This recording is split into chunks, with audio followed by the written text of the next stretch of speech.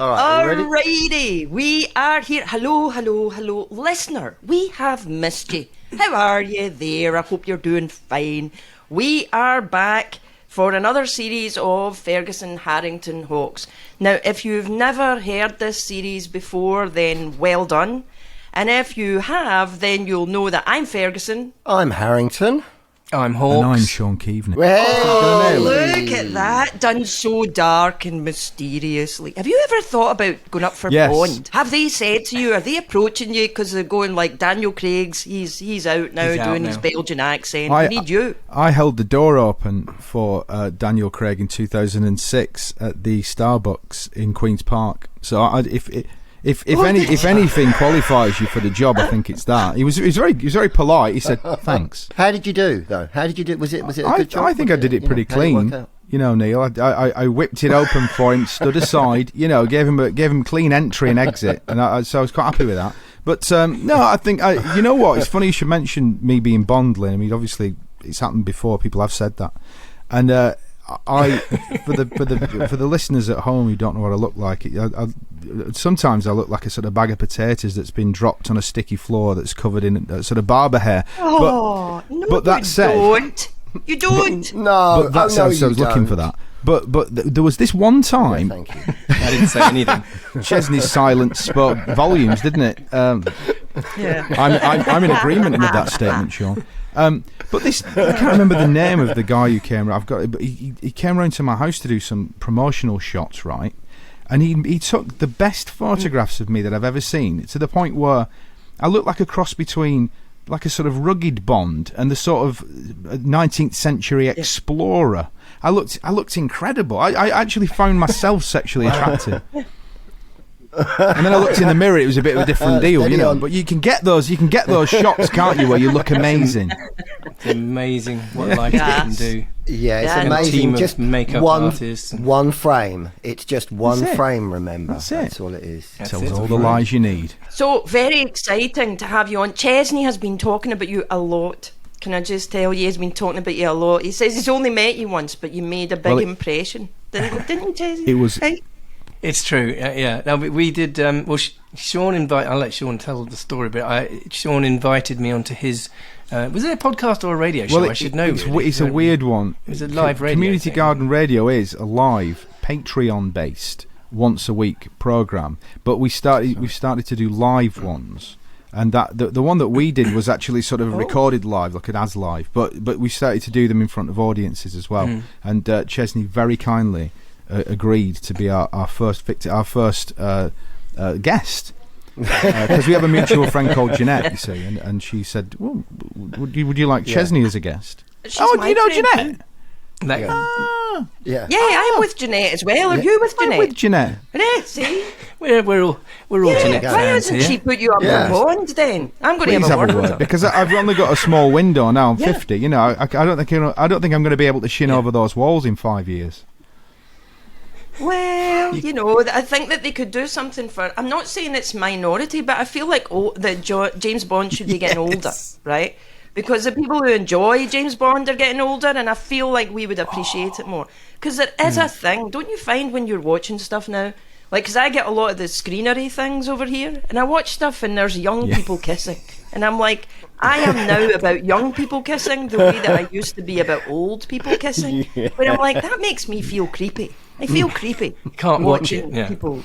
So I feel, right, Keaveney, you could be Bond for the older generation. Such a good idea, like because he's supposed to be Right. super intelligent. Why does he have to do? Why does he have to throw himself around all the time? If he really thought about it, he would. He wouldn't have to expend so much energy. I think so. A sort of older, more experienced Bond might be the way to go. What? You're selling it to me. So basically, what you're saying is the program we'll be watching when your Bond is just you sitting there thinking, scratching your beard. I would Just watch having to think that. about Is it, that basically and also delegating a lot. It'd be more. It's more of a managerial Bond, isn't it? Sending an email saying, "I tell you what, the guy's going to be there at the pinch point at 20 minutes. You got to go and get him. I'm making a cup of tea." Yeah, basically, Secret Service project management is what you're talking about. Yeah, I actually did have an idea for along similar lines in a radio format, which was I've been very lucky. At the moment, I'm standing in for the legendary Johnny Walker for his on his rock show, which is just one of the great accolades of all time. He's one of my most favourite broadcasters of all time. But he also does Sounds of the 70s, of course, my favourite radio show of all. And I said, wouldn't it be a great idea to have a different Sounds of the 70s where it's just a compilation of the sounds that people in the 70s make when they get up out of a chair? You know, that's, oh, yes! Oh, Jesus, I dropped the glass! Oh! Like cracking knees and stuff, you know. It would be a long show as well. It would be a very long show. It's not just getting up, it's also sitting down into a chair, isn't it? But the level of achievement when it happens, do you know, it would be victory over, it might be a bit of pain. In fact, each one would be like its own little Bond movie, right? Because it would be the big challenge that seemed insurmountable, and then victory at the end. I picked up my glasses. And a martini somewhere in the middle. Did he have his coffee shaken, not stirred? Did he do any of that? Did they, like the barista go, That's the trick if they didn't do that, didn't they? And what, you know, can you imagine them going, and what's the name? You know, sort of, scribbling Bond out, putting Daniel on it. Yeah. I think it would be Bond ... I might do that next time at St Pancras wait for a train when he goes, what's the name? Do that. Oh my God. Now, Sean, I feel we should do the structure. Yeah, let's, because basically we have a structure on this podcast. Yeah, we do. And I'll give you a brief upshot, basically. We get a fabulous guest. That's you, obviously, this week. And we ask them for a quote that they either live their life by or that just have some kind of connection to.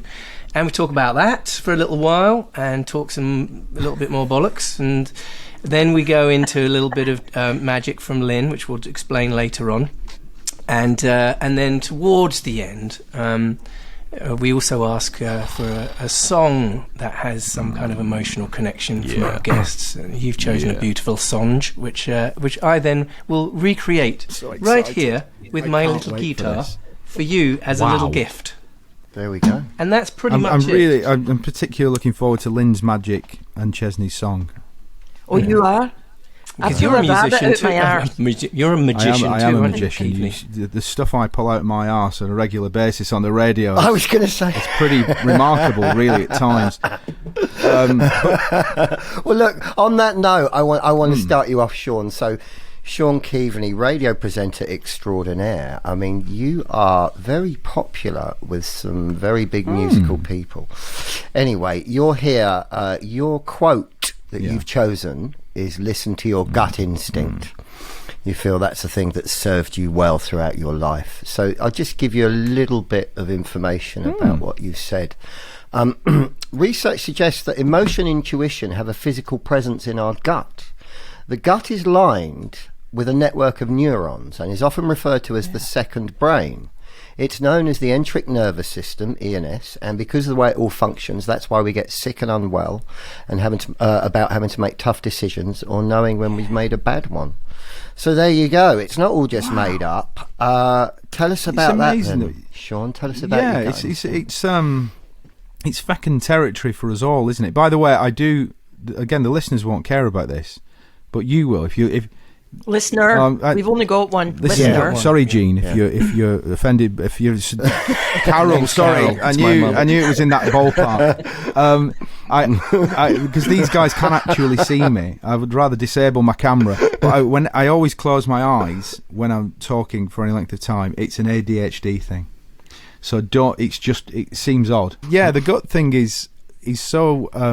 It's a hard-won piece of knowledge, that, for me, because I think there have been times, quite a lot of times in my life, where I've not done that, I've not followed that advice, really, and at quite key moments in my life as well, and things have gone pretty spectacularly south because of it, and I've got a pretty poor memory, it's got to be said, but I still remember some specific times where I've sort of ignored it, I've sort of tried to quell that gut, that sort of, because people do say it, like you've just said from that piece of info there, my stomach's churning, I can't bear to think about it.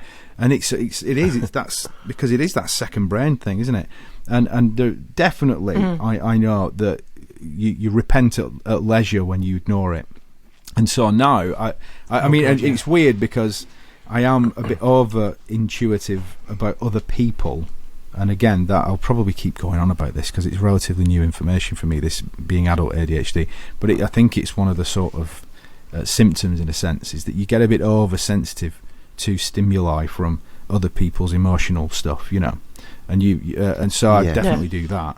But then sometimes I think also you ignore your own well-being to serve other people, you know.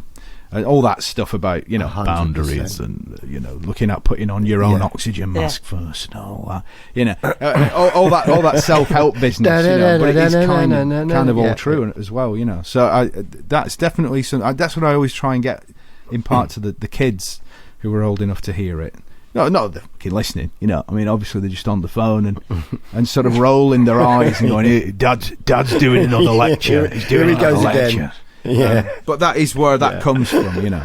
I think there is a thing when you're talking just now about, excuse me, that picking up feelings from the rest of the world or whatever. It's really hard right now not to, because the world is so bumpy, you know. Like we were talking earlier on about Bond and stuff like that, and like during this 70s and sound of the 70s, right? There was a sort of people put on a voice that everything was fine, right? There was at least some semblance of things are working in order. People walked in bowler hats and all that stuff. Whereas now that we're all screwed. I mean, everything's about everybody going, oh my God, I don't know what to do next, you know. So if you're listening to your gut, it must be difficult. That's exactly right. Because you're absolutely right. And also because of technology being like it is and social media and everything, and whether you like it or not, really, you know, to some lesser or greater extent, you're overexposed to information, aren't you? Even if it's just the news channels or whatever. We've all covered this before in different ways, I'm sure, but you're damn right. It's an information overload society, and it has been for years, but it's developing a real head of steam now. And if you're a bit oversensitive to that kind of stuff, you can go under pretty quickly, I think, if you're not careful. So I have to have strategies. I don't know why I said that. I haven't got a strategy for anything, man. But I that's just simply not me. But then there are ways that you've got to try and cope with your life where you try to coping mechanisms. Got to have them somewhere. It's guitars and the occasional port for me. That's the way I deal with life. Port. The occasional port. Ethernet port or Cat 6 Suez port. Canal. USB port. Southampton. No, you know, I prefer a tawny port myself rather than a dark port or a ruby. Now that sounds like a Bond lady. Oh, that's good. That could be the lady in your Bond film, right? That could be there. More like a Bond film than a Bond film, really, isn't it? I didn't realise that today's theme was Bond, but I'm willing to go with it. You know. Yeah. Tawny ports and Bonds.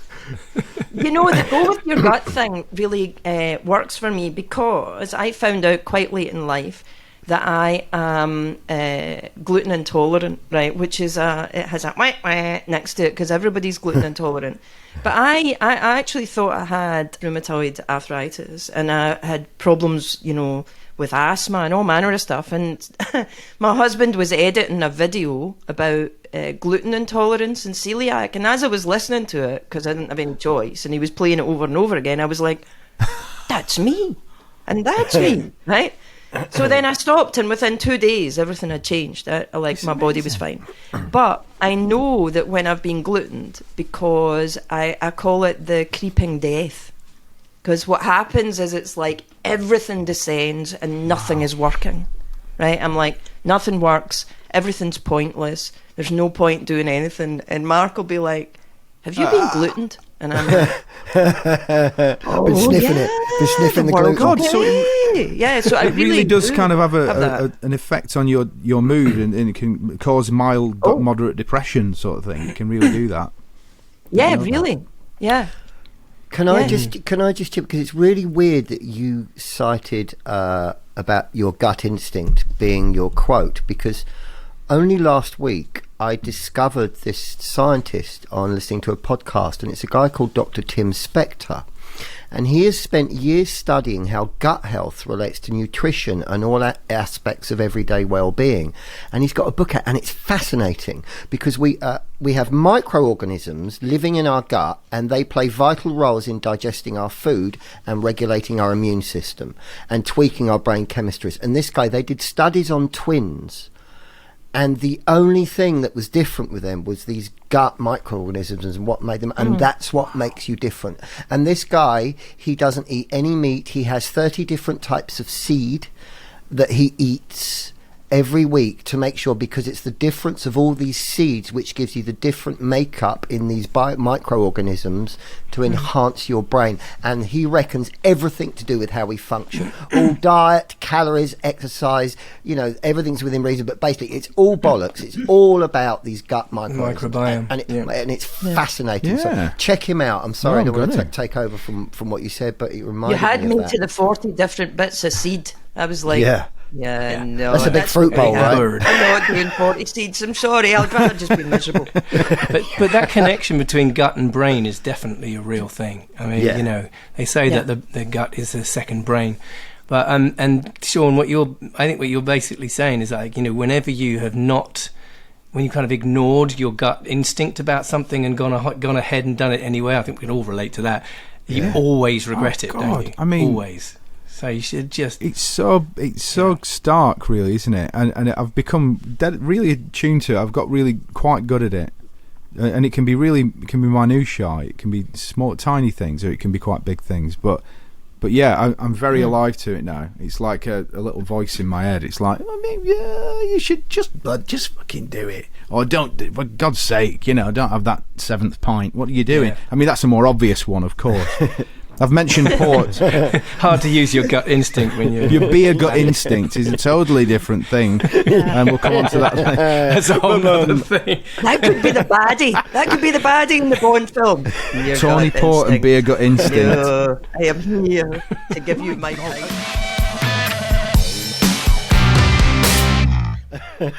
What was the moment in your life? Do you have a moment where you go, God, that was it? That's where I learned that lesson. I'm going to go with my gut.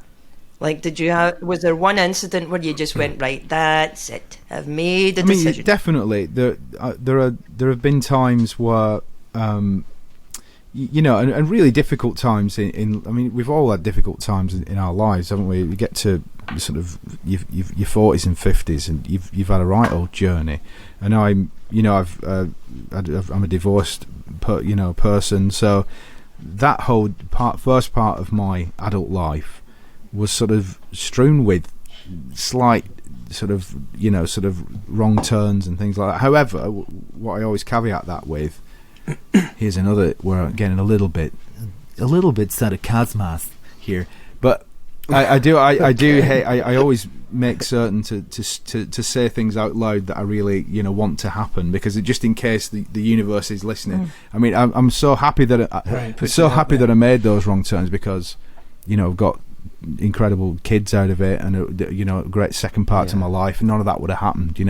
But definitely some of those relationship things that happened in the earlier days were, I could hear very little else but the screaming in a voice saying this is a really bad idea, but on I marched anyway over the cliff. But whatever doesn't kill you absolutely fucks you up and leaves you broken on the floor, but at least you're not dead. As I think Camus said, didn't he? I remember. That's the title for your Bond film. Whatever doesn't kill you absolutely fucks you up and leaves you on the floor. They like a wordy title, don't they? They do, don't they? Sean, when you were saying about saying something out loud to the universe, like I had this image of you standing on a beach, arms open and just screaming affirmations. Should I marry this? I'm going to marry this positive woman. Affirmations. Positive affirmations, isn't it? Is that kind of what you're talking about, or is it more kind of just lying, sitting while you're watching EastEnders and just kind of like saying? I sometimes I do this weird thing, right, and maybe it's just a tick. And funnily enough, my wife caught me doing something. No, not like that. Caught me doing this. Walking up the stairs a few months ago, and I didn't know that she was in the bedroom, and sort of idly just like looking out of the bedroom door, and I was walking up the stairs, and I was tapping my breastbone, my sternum, for the medical profession, and I just tapping it 3 times like that. She was sort of curious, you know. She was like, "What are you doing? Have you got indigestion or something?" And I was like, "Oh no!" I was just when I'm walking past the kids' bedrooms, I just have to say like, "Everybody's okay, everybody's healthy. You know, you're going to live till you're 90." I say these weird things out loud in the vain hope that you know that they come true in some way, you know.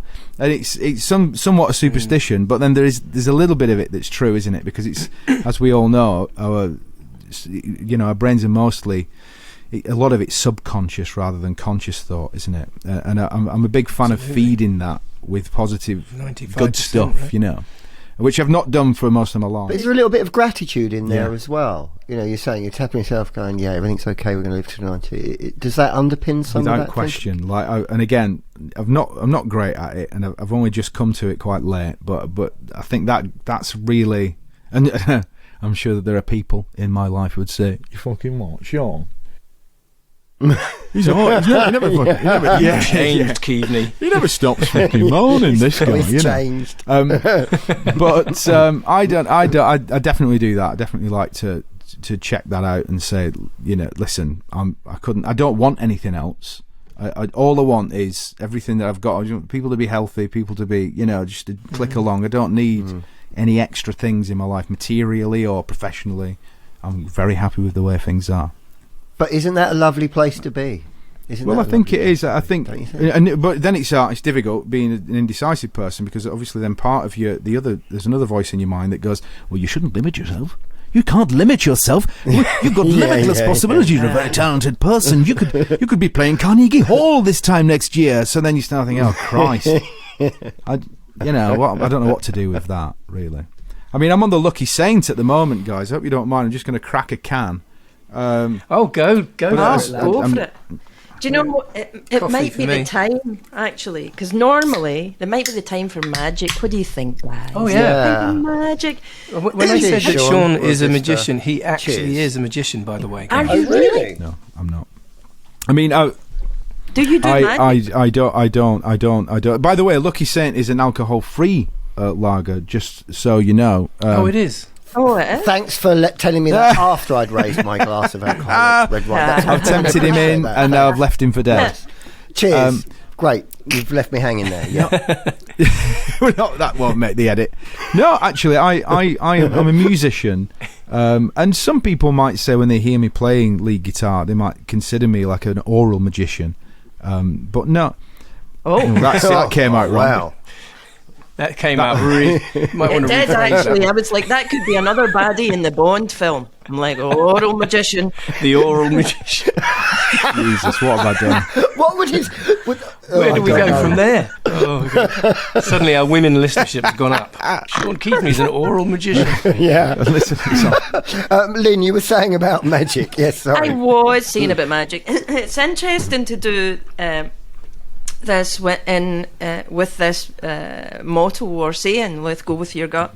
So basically, part of the work that I do over here in the Los Angeles area is I work with people on their story. It's kind of like if in plays a character has a motivation. In writing, you're looking for the subtext, right? But there is a way to find it in people. And it really is like kind of accessing the gut in terms of what you're talking about. So what I'm going to do is I'm going to ask you to tell me a little story, and then I'm going to tell you what I hear in it. I'm going to write stuff down. So I'm going to set my timer. Look at this. Look, here's my timer. That doesn't say 50. It says 2 minutes. Right? 2 minutes. And you, my friend, are going to tell me the story of your name. The story of my name. And can I just ask you? Ready? Does it literally the story of my name, my first name, my second name? Do I make things up, or do I just tell the truth? no, Right, no actual making things up. facts. Just tell the Right, truth. Okay. Yeah, just how it happened. I mean, nobody knows about your name better than you. Okay. Right? And you literally like my Christian name Okay. rather than my surname. Do you know, you get to Right, choose. right. That's part of the joy about it being your could do story. both You if get you to want. choose All right, great. I'm gonna do both. you want to say, but All no right. fiction. All right, All great. truth. Right? Ready? Go. My name is Sean Keaveney, and Sean is spelled. It's an interesting first name actually because there are multiple ways of spelling it, and usually it's spelled the Irish way, Sean. But my mum, God bless her, spelled it Shaun, anglicised because, and I quote, she said, "We thought you might have a bit of trouble spelling it." If it was spelled the Irish way. So I don't know how much faith she had in my educational sort of future at that point when I was a tiny baby. But I've always kind of liked the name Sean, except when I was about 9 I remember wanting to change it to Steve. No idea why. Steve's not a particularly sexy name. Maybe it was something to do with Steve Austin, the sort of $6 million man. Keaveney's interesting. I'm very wedded to the name Keaveney because it's an ancient Irish name. The Keaveneys come from Galway, a place called Toome on the west coast of Ireland. If you've watched the Banshees of Inisherin, I was watching that with my wife and thinking, this was me 100 years ago. I was Colin Farrell on one of these like distant islands just off the west of Ireland. And because we've got black hair, I've got black hair. Apparently there's a little bit of Spanish in me as well from the Armada. The Spanish sort of set sail to take over Ireland, and then they smashed up there, and then they had sex with all the local ladies. And 300 years later, here I am. So that's basically all I've got to say about the name Sean Keaveney. No, you've not. You've got another. I've got 37 more. seconds. Oh, Yeah. Sean Keep Keaveney. going, So keep going. I mean, I've got quite a good relationship with the name, and I tell you why. Because as I'm a sort of quasi popular radio broadcaster, it's an easy one to type into Google. Everybody spells it wrong. That's an issue. But it's very individual. It's not like being called Jan Smith or something like that. So that's another thing that I like about the name. It's quite out on its own, but it is a bastard to spell. And I will say that. Nobody ever gets it right. Sometimes even the family gets it wrong. Whee, 2 minutes. Good. Well done. Well done, mate. Thank you. So your name is how you see yourself, right? For everybody, it's like really how you see yourself in the world. If you were describing yourself to someone else, family and heritage mean everything to you, don't they? It's like your mum eccentric as hell, your family probably quite odd, but like very beloved, and you were like the odd family in the street, but the happiest one, right? God, you're good. You've told me it though, like That's you tell me amazing, it, right? With no, but it's language. It literally is just language. If you look at what you say, then you've told me it. You tell me about the spelling. It was interesting spelling. It's usually Irish, but my mum thought that I'd have trouble spelling it. Like, I wonder how much in my life I've been affected by my mother's logic, sort of thing. Like, what you're not angry about it. You've told me that your mother is like, And then, then the digging is about Keaveney, which is you really like being a Keaveney. So people who are happy within their family, right, will do that. People who didn't like growing up with their family will go, I don't feel like a Brown, or I don't feel like a whatever. No, you're totally a Keaveney, and you've always been a Keaveney. Your family gives you your sense of belonging. I don't know if your parents are still alive, but they definitely let you know that there was a space on the planet for you. The thing that you tell me about your name is that I suppose what I'd say about you is that people find you interesting, like are unusual, but not everybody understands you. And even the people that are closest to you sometimes really don't understand you. Does that make sense? All the sense in the world, Lynn. It really, really does. And that's all just in your name. Jesus is another good one, isn't it? I mean, you It's a good name. Is that your roll middle off the name? name with Is that your middle? Is that what it's all about? But you can totally Jesus. disagree with anything. Is there anything that you would disagree with, or doesn't make sense It's to you? Or perfect. It's exactly right. You've got every inflection there. Because I was worried when it came out of my mouth, the stuff about "Oh, my mum, she was worried," because you on one hand you think, well, a psychiatrist, for instance, might jump on that and say, "Well, was your mother very critical?" Which she absolutely. I mean, my parents are the flip opposite of that to a fault. I would say, they are unbelievably sort of proud and supportive of me and my brother. I've got a younger brother, but all that's so true. Like, weirdly, just before Christmas, I was doing a podcast. Michael Fenton Stevens, lovely chap. Oh, I know Mike. I've worked with him for years. I've worked with him for years. Yeah. I know him as well. And Ches has been on the podcast. Did you do the time capsule? Damn thing? right. Time capsule. And exactly that. And it was just before Crimbone. We were just fitting it in, and I hadn't thought about it much and stuff. And it's like, and I ended up putting in my family Christmases from 1988 to 2000, because they were just this sprawling mass of family and friends, and we were always the hub of everything, really. I mean, that sounds self-aggrandizing, but I mean, our house and geographically and the family was like a sort of gravitational pull for a lot of people, and it still is, and that I'm enormously proud of that. More every year I get older, so that's all spot on though. I think it makes it easier for you to go with your gut, because you have roots. Like, you do have a sense of belonging. I think it's harder for people to go with their gut when they don't really know what their what that is, like what the belonging, you mean? Yeah, well, like there's someone I'm working with just now on a different project, and their upbringing was brutal, like really brutal, with a lot of bad behaviour from older people because of mental illness and alcoholism. It was that heady cocktail. And so the hangover of it actually is not so much, hangover's a bad choice of words there. So I know that's going to be the Bond barmaid. She's called Hangover. She's from Copenhagen.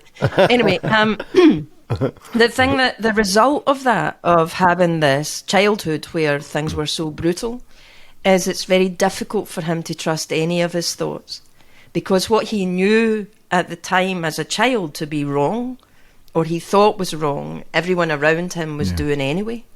So now as an adult, he struggles with making choices, because what he thinks is right may well be wrong.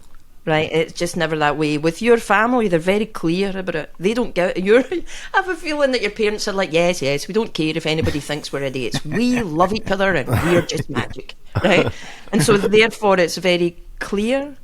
But I think that is the thing about trusting your gut. It's easier, I think, sometimes if you've had some kind of solid basis to know what's right. Yeah, does that make sense? And I just know, like I said, that's talking of gratitude, Neil. That's the thing that I'm most gratitudinal about. Not that it's a word, but it is now. Gratitudinal, because that's when you're younger, you take all that stuff for granted, and then when you get to our age, you go, "Shit, that is unbelievably lucky that I've had that." And so, and all the advantages that it affords. I mean, there are disadvantages as well, obviously, always with everything. There's a flip side, but of course, he's mental. Oh my! There's always drama. There's all that. Well, we all have moments, right, where we want to be called Steve. Yeah. Right? We've all wanted to be Steve. Do you know what? I want to be called Steve. Mine was that when being Catholic, there was this thing called a confirmation, but I didn't realise that you had to take on a Catholic name. And so I've been watching Casey, the train guy, Casey something, Jones. Leader of the... It was an American. Jones. Casey Jones. So I wanted to be called Casey because I didn't know it was a fucking saint. I remember at like 9 or whatever, sitting around the lunch table, and they said, "What were you going to be called in your confirmation?" And I was like, "Casey." I love that. Saint Casey. Saint Casey. Yeah, I don't fucking know. Neil Kojak Ferguson. No, I'm afraid you can't have that one. You can't have that one. Well, that's it, mate. I was a Catholic. I was dragged up as a Catholic, you know, and did it the whole 9 yards. I mean, me and my mate Banksy, were sort of musicians in the church band, and we went to Lourdes twice and all this stuff. We were deep. Amen to that, brother. But, you know, I mean, unfortunately, I'm a lapsed Catholic now. But I always think like Bob Dylan, and maybe I'll get religion again at some point. You never know. Do you know what? Just talking on that subject. So my mum came down for Christmas and we had to find a different church. She didn't like the one we went to last year in Hythe. And we ended up at this church in Folkestone on Christmas Day. I'm a lapsed Catholic. I don't go to church. What I do get a real kick out is taking my old mum. You know, we lost my dad a couple of years ago, and I go to church with my mum. It makes her very happy, and I just get so much out of that. And we went to this church on Christmas Day in Folkestone, and it was the most beautiful old church. And the roof, my mum looked up and she told me they made the roofs of these churches were the bottoms of boats. Yeah, okay. Oh wow! And this place was massive, and the community, all different colours and just sort of ethnicities, and just watching my mum sing and enjoy herself. It was just the most beautiful experience. And I hate religion. But to go into that church with my mum, and like every once a month I go up there, I go to church with her on a Sunday, and it's wonderful. But I hate exactly. religion. It's such a weird one, isn't it? Because organised religion is responsible for so much harrowing sadness in the world. But then the flip side is it can do this magic thing as well. And I love the spaces. Sometimes it was a new thing relatively recently when it was during COVID actually. And I was doing the Six Music show then, and we were amongst the only people in central London at that time, because we were told that because we were working as broadcasters that we were essential workers. Oh, you were essential. And it was like great, you know, like a paramedic. Ideas above your station. I did get well above my station, strutting about with my high vis on. Do you not know who I think I am? Put that cigarette out. I'm a broadcaster. Do you know what you're doing out here? Show me your papers. It was a bit like that. But I was, you know, and seeing all these beautiful churches actually right in the centre and in Fitzrovia. There's I want to say like a Swedish or a Dutch church, something. And I was like, I'd love. That's what I've got to start doing. I've got to start going into churches again and just sitting at the back when there's nobody in, just for the quiet. But there's so many of them in there's so many of them in central London, in Soho and off like Hanover Square, and like you say, all that. There's so many of those little amazing meditative churches. Spaces. God, what the fuck have I ended up on a podcast talking about fucking churches? What the fuck happened? So yes, I mentioned earlier on that I do a little song. So you gave me a choice of two songs. One of them was Elton John and Kiki D, "Don't Go Breaking My Heart." I thought about it, but then I thought the only way we could make that work is if Lynn played Kiki D, and I didn't think that was going to happen. That would not be working. Oh, go that would not be a working thing. Go on. No, just for us. No, there are many things that I did a musical at Stratford East before I moved over here, right? Because I'm the minority Scottish lady coming in to play the opinion piece or whatever, and it was a musical, and the musical director, after doing my voice and all that, he said, I said, so have you anything what do you feel about my voice? And he went, the less singing. I think that would be better for everybody. Okay, so that's why I decided to go for Sean's other choice, which was "We've Only Just Begun" by the Carpenters. So perhaps, Sean, before I play this song, you could explain what your emotional connection with this song is. I'm glad that you asked me, because there is a little story. There's a little story attached to it.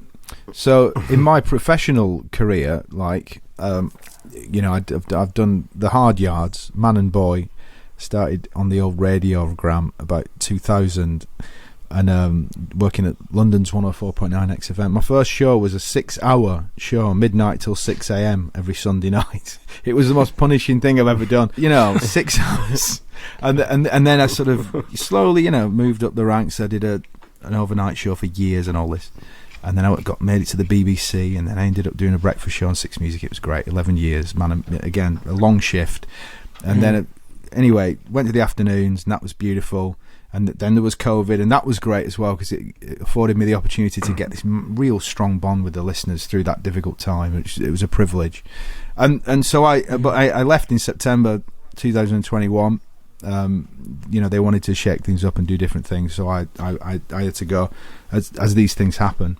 And on my last show, I put together a playlist of goodbye related tracks, and all the usual stuff, Last Goodbye by Jeff Buckley, or all this stuff, and quite a good playlist. But then I salted in this song at the end, because I did this quite emotional address at the end, as you want to do when you've done 14 years in a place, you get the chance. I really milked it, guys, though. When Steve what did you thank your wife and your manager? Did you thank the whole lot? I'll send you the email. Everyone? It was long. It was about an 11-minute last link. And bearing in mind, when Steve Wright left after much longer, he was much more classy about it. He hardly mentioned it, whereas I went on about it for about 4 months. But I really did. I thought, fuck this. I've got to let people know I'm moving on. So I'm not going to be able to pay my mortgage. And at the very end, I did this. At the end of the speech, I was talking about how a radio show is a community. A radio show is not. It is a big deal, not because of the presenter, but because of all the sharing experiences that you and all together have had, and we create this community, this garden, this verdant paradise ourselves, and we all bring ourselves into it, and it's gorgeous. And this was the song. This was a note of optimism where I was saying we've only just begun, so we're going to move on to something different and beautiful, and it's going to be great. And we have done. We've created our community garden radio, which Chesney has graced. Thank you very much, Ches. I mean, my God, it went down incredibly well. It's like, when's Chesney coming back? He lives in Los Angeles. We might go out there to do a show, but we have to check the budget. So that's the long-winded story behind this song, and it has a big emotional freight to me and to my listeners. So it means the world that you've done this. Well, I haven't done it yet, so we'll see. Yeah, no pressure at all. Here we go then, Sean Keaveney. Just for you, here is Chesney Hawkes performing We've Only Just Begun by the Carpenters.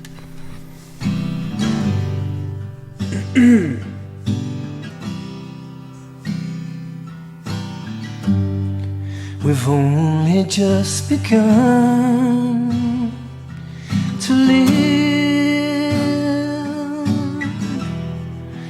white lace and promises,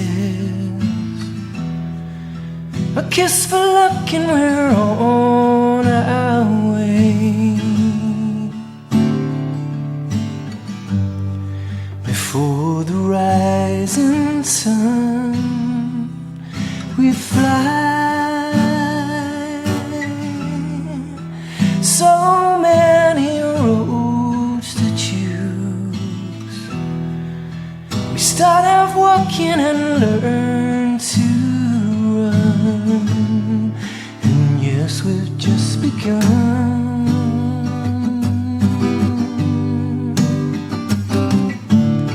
Sharing horizons that are new to us, watching the signs along the way, chalking it over, just the two of us, working together day to day, together. And when the evening comes, we smile. So much of life ahead. We'll find a place where there's room to grow. And yes, we've just begun.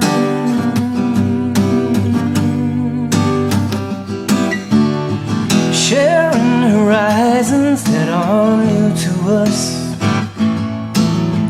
watching the signs along the way,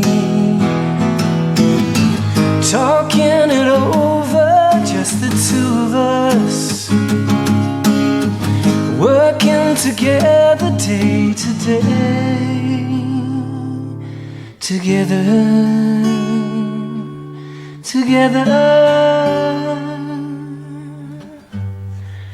and when the evening comes, we'll smile. So much of life ahead. We'll find a place where there's room to grow.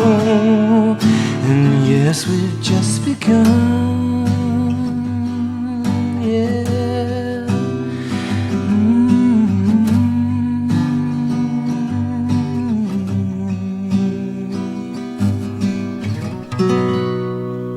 Jesus. Oh, cheers. Well done, brother. That's- Just for you, Sean Keaveney. That's Cheers performing The Carpenters. We've only just That is a genuine and very moving privilege, Chesney. Thank you. And do you find it easy to learn songs? Do you? Is it? You do it all the time, don't you? It depends for on this the bloody thing. I do, yeah. We've done, I mean, probably 40 or getting on 50. I don't know. I don't know. It's a lot. It depends on the song. I mean, we you know, this one, I mean, I love this song. And I love the Carpenters. Rain Days and Mondays, another one of my absolute favourites.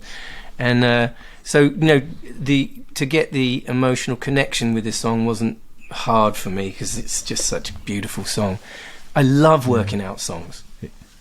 I love it because it takes you into the kind of the cogs of the song itself, you know, and what I love about just acoustic guitar and vocal, or just piano and vocal, which I sometimes do, is you find the kind of soul of the song. You know what I mean? You find the kind the of essence of what it. they were trying to do, that kind of the essence of it. Yeah, that emotional thing. So yeah, to answer that question, it depends on the song. Like, you know, Toyah, we always go back to this, but Toyah Willcox, when she came on the show, she asked me to do Bjork's Human Behaviour. Thank you. And he did an amazing He job. did an amazing job. You know, the one I always think about, though, that I think, I'm like, you need to release that, is the version you did of Chaz and Dave's Ain't No I'd love to hear that. Ain't No Please. It was just amazing. Yeah, we've got that. Get that And- on your show. Yeah. That, hey, you know what? That could be your Bond theme. That could I'll be. send it on to you, Sean. And It's you know, it's if we're giving you props, the one for me, Radiohead's Creep. You did an acoustic version that of was Creep. That was amazing. fucking incredible. And you did that at 3:00 in the morning. I did whilst, you know, in my parents' spare room, waking them up, if I remember rightly. Keep it down, Ches. Just like when you were 15. Come on. You're supposed to be asleep Yeah, exactly. now. Love that image. Shut up. That's It's one of the amazing things about this as well. Like, it literally, in LA, it has been raining solidly, like, what, for like 2 weeks or something? At least 2 weeks. And so like, we're all like going, should we build an ark? It's like really miserable. And it's not like when it rains in Britain, because nobody in LA is prepared for it. Do you know, like, people over here put on their wellies when there's like a small shower. So everybody, we're all like, we're drowning. And so like, it's the we've only just begun that happy song with all the lovely key changes and how beautiful it is. And I'm like, God, how can he sing that like right now? And it's like grey and freezing and It must feel like an emergency weather It's- event. A lot of rain in Los Angeles. Well, it kind of is is it? here at the Oh, is moment. it? It Yeah. kind of is. Oh, People yeah, I are didn't know dying that. and stuff. Yeah, it's mad. Yeah. That's Did you ever go to Butlins in the holidays when you yes. were wee, right? And you're like dead excited going there, Yeah. and then it rains, and then everything just looks like you're like, oh, it all looks kind of too colourful to That's be the in the thing, rain. isn't it? That's what being That's in the thing. LA. I mean, I've been a couple of times to the old Los Angeles, but you're right. It's some place. It's like if you go to Greece on your holiday and it pisses down. It's like it's not built for anything else. It's not. You're not supposed to experience this in the drizzle. You know, whereas in Dollis Hill, it's supposed to be drizzly. It suits it. You know, it looks right. But thank you for that. I mean, that you singing that line, thinking of Karen singing that line, so much of life ahead is just. That's the bit that rips your heart out, isn't it? You know. That's it, isn't it? Yeah, I thought exactly the same thing when I was singing it. I was thinking, oh my God, she died so young, and you know, there was such kind of hope and looking forward from this song. We've only just begun. It's just like, puts a lump in your throat, really, doesn't it? And what a voice. I mean, when she starts that song, obviously, when I look at these songs, I always go to YouTube and find versions of them. And there's a couple of them of her singing it live. When she opens that line, that line, it's so beautiful the way she sings. When she kind of pushes this like beautiful vibrato that comes out, begun to live, and I'm just like, wow. It's just innate talent to be able to do that with such beauty and grace. Well, you did a great. I mean, in your voice, you've got a lovely a little crack in it sometimes, an emotional little crack in it when it moves up, which sounds just lovely. It's really affecting. That might just be jet lag, to be Could honest. just be that, but it works. It's still early in LA. Let's face it, right? It It's still early in LA. It really is. Oh, And sorry. wet. Yeah, So yeah, we're coming to that bit where we ask you this question. This is our last the question. final part. The Yeah. question, which is knowing You might what want to finish your Lucky Saint before you do this. Yeah. One more gulp. It's not going to help me at all, is it? Well, it's not a Do you think it's a difficult question? I don't think it's a difficult. No, I don't question. think so. Looking forward to it No. now. Knowing what you know now, my friend, Mr. Keaveney, what advice would you give to your 16-year-old self? Gordon Bennett. What advice? Is that his name? Gordon. That's why I changed it to Sean Keaveney. It was people were. Yeah. I know. I don't Bennett. know. Yeah. I've got to look that up. I'm getting him mixed up with Arnold Bennett. He had something to do with an omelette, didn't he? Something like that. Tony Bennett. That was something great. But Lenny Bennett, fantastic comedian of the 70s. Yeah. I'm putting be it a off long now. show. I'm putting off answering. Yeah, you are. So what advice would you give to your 16-year-old self? I think that I was a very lacking in confidence 16-year-old, and that's carried throughout my life to some degree. I've always had a bit of an issue with confidence to some degree, and never really understood why, because of what we talked about before, of this incredible family and stuff, and to some degree you can get to the bottom of that, but and some of it's to do with the condition. Recently you find out that I'm adult ADHD and stuff, so getting treatment for that has definitely helped give me a bit more clarity. But not knowing any of that when I was 16, I what would I say apart from the obvious stuff like trust your gut, which has been the theme of the show. That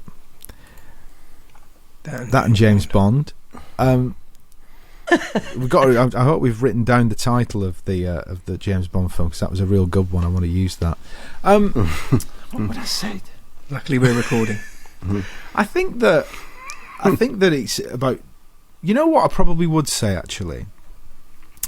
I'd probably say trust that things are going to basically be okay, because that's something that I definitely do remember haunting me throughout my life, expecting and thinking that the absolute worst is always going to happen for whatever reason, whether that's just part of my DNA or whatever it is. I don't know what it is.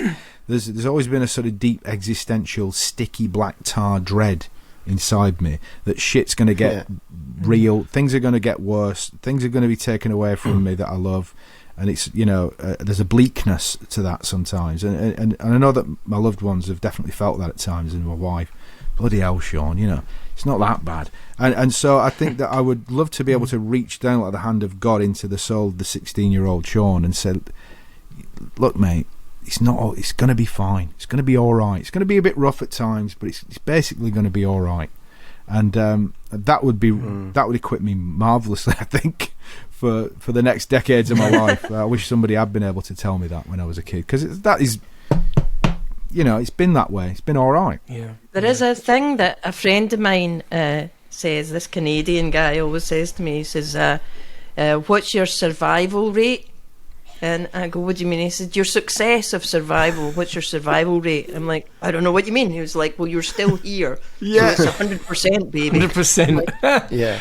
Oh, yeah, right? So even though things might feel shitty, that actually you've got 100% success rate because you're still here. mate. I mean, this is it. I look now and I just think, I can't believe I'm 50 though. I just can't get my head around it.